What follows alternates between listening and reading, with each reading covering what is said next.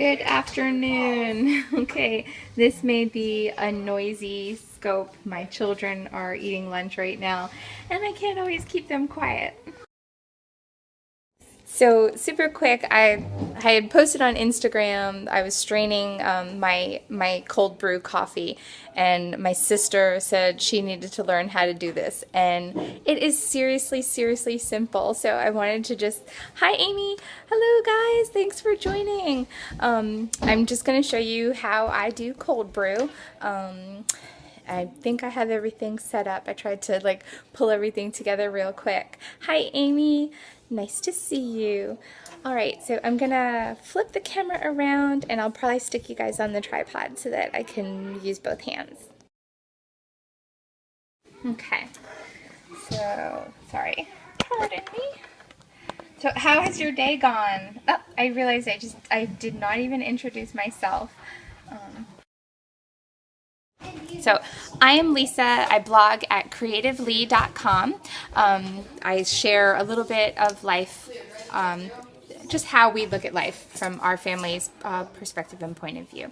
And on there you'll find things, just journaling, family life, sharing family recipes. Thank you. I like my new glasses too. I share. I'm saying a lot. That means that it's been too long since I've been scoping. I share a lot of my artwork.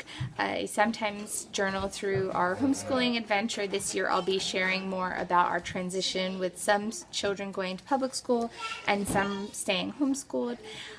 My Bible study resources, journaling, Bibling, all that kind of stuff can be found on my blog and also on other forms of social media like my Instagram, which is also at CreativLEI, and Facebook page. So I will turn you around and talk you through how I make cold brew, and feel free to ask questions. I do it a couple of different ways, so I'm just going to kind of walk you through it. All right. No. Okay, so the way I'm making it right now is with espresso roast. It's just a dark roast. I happened to get the Starbucks one when it was on sale and was giving extra bonus points if you are a loyalty rewards member. And all I do is use a mason jar. I use a quart-size mason jar so that I can make a big batch at one time. And I like it because it also has the measurements right on the glass. And so I try to make my cold brew fairly strong, because I'll fix it a few different ways once it's brewed. And so seriously, all I do is pour in the coffee grinds to a cup, sometimes a little bit more. Alright, so we've got a cup there, and now I'm going to go over to the sink. And we have filtered water, and so all I'm going to do is add that until the jar is full.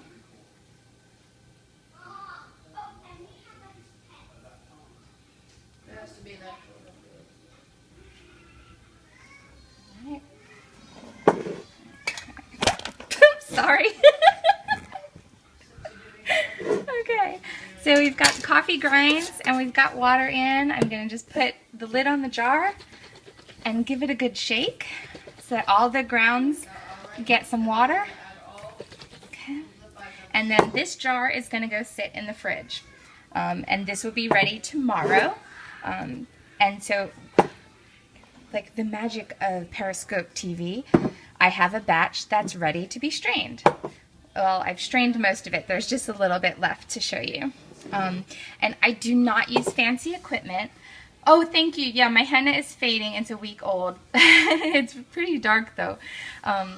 And so I don't use any type of fancy equipment. I do not have a coffee sock or a special filter or anything like that. All I'm using is a big measuring cup, a wire mesh strainer, and a coffee filter. And so then all I do, once the coffee has been cold brewing in the fridge for at least a day, sometimes I'll do it for 2 or 3 days because I like it nice and strong, because I use this to make sort of a concentrate. And so then all I do is pour it into the filter and let it wait. And sometimes it takes a little while because this is a finely ground coffee, so it takes a little bit longer to strain through the filter, which is fine because usually I'll just set this up and go about the other things that I'm doing. Okay, any questions so far? So, oh, Jenny, I saw that you joined. So here you go. Instead of waiting for me to put this on the blog, which I took measurements, I did a cup of coffee grinds to a quart of filtered water. And that you can change that to your preferences. I'm using a dark roast because I do like it kind of strong, and like I was saying, I like to use this as sort of a concentrate for serving later. So I'm gonna move. That's the part I always wondered. Yeah. Yeah. You can play with it because I think different roasts you might want different ways. I use any. Like this is the Starbucks espresso roast, and it's finely ground. I don't think it's powdery fine like espresso ground is usually. I wouldn't recommend the very finest grinds because you're going to have a hard time straining it with just a regular coffee filter, because those espresso ones are really wanting the pressure, and cold brew is slow. There is no pressure. And so now I'll walk you through, how I fix it once I have the cold brew. So here's from the quart of water and about a cup of the coffee grinds, I got approximately 2 cups or 16 ounces of the cold brewed coffee. And so the way I usually will take it is I'll sweeten it a little bit and use half and half, which I will get to that, and I've got my big cup waiting for me. But one of the things I've been wanting to try is this is a favorite of mine. This is Espresso Coffee Soda. It's Manhattan Special. If you are not from New York, or if you're not Italian, you may have never seen this before, because I have a hard time finding this outside of New York. So usually anytime I get to go up and visit, I bring a bottle or a few home.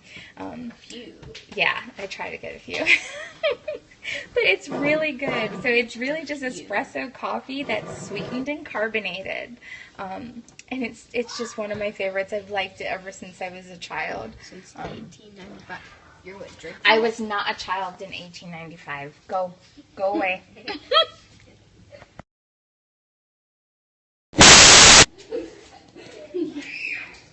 Whoops, sorry. I'm getting storage messages, which is not good. Okay, so yeah, so I wanted to try to see if I could replicate the espresso soda taste. So we're going to give that a try. And can you get the half and half out? Because I still have not had coffee this morning, so I'm going to have a big glass of iced coffee. And my audience is accumulating here in the kitchen. So what I have is the Skinny Girl Stevia. I do follow the Trim Healthy Mama way of eating, which is low glycemic, and so I've cut most of the sugars, which is why this is only a very special occasional treat. I cannot have that often. I can. I was really late getting up this morning, Jenny.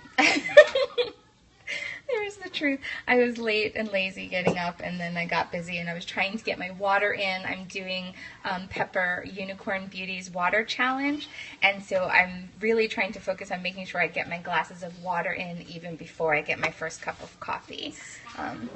So to try to do the espresso soda, what I'm going to do is I've got just this small glass here, and over ice I'll pour some of the espresso, and I'll give it a squirt of stevia. It's funny, I definitely have a sweet tooth, but the amount of sweet that I like has lessened quite a bit since being on Trim Healthy Mama, which is a very good thing, because that way, even when I do have real sugar, I do not have nearly as much as what I used to. And so now what I'm going to do is just add some seltzer water. Can you hold that for a second? Sure. Oh, hey, don't fight over it. You'll make people sick. So we'll just add and stir. and that works. That definitely works. So that was just the cold brew concentrate, ice cubes, seltzer water, and sweetener of choice. The Skinny Girl works. I find that this is very convenient. It does sound a little strange, but it's so good. If you like the flavor of coffee, you've got to try it at least once. I would not want this with cream in it because I like the carbonation and I don't necessarily want the cream in it. But it's good because it's not heavy, but you're still getting that fun coffee, cold serving of coffee for the summer. Sure. So it's a little sweeter than I would normally make it. Okay, and so for my regular iced coffee, this is coffee is holding you back, flavored creamer is your downfall. Jenny, you can do it. Let's see, I will show you my spice rack. So this is mostly my Trim Healthy Mama friendly portion of the kitchen. And so to replicate your flavored creamers, it's going to take a little playing, but it's not impossible. And what you can do is create your own creamer with half and half, and either flavored stevia, like Sweet Drops makes hazelnut, they make vanilla, I think they make a bunch of different flavors. I just happen to only buy the hazelnut one. But you can use regular vanilla extract, you can use coconut extract, butterscotch, maple, banana, lemon. I mean, you can really have fun. Like almond extract is one of my favorites for when I'm doing the shrinker tea, or it's like an iced chai to me. And you play with your spices and your seasonings, and you would probably be surprised at how much you can create the flavors that you're craving without having the stuff that's not so great for you. So my iced coffee, I actually just like fairly plain. Well, there are lots of us that will cheer you on for certain. There's a learning curve for sure. So my regular iced cold brew, I'll just pour in, that's probably about 8 to 10 ounces over ice. I will give a little squirt. Yeah, I find that like now, especially with cold brew, I can do cold brew even sometimes with no sweetener, because I find that the coffee is not as bitter as it is when it's brewed hot. I don't know, I mean, I've heard that and I didn't believe it, but it's true. It's true for me. I don't notice as much bitterness. And I use all different kinds of coffee grinds, not just the Starbucks. And so then I'll just put in some cream, and like, that's a magical experience right there. I have tried the Starbucks cold brew, but I tend to always go back to the Americano because it's cheaper. And I like to, one second.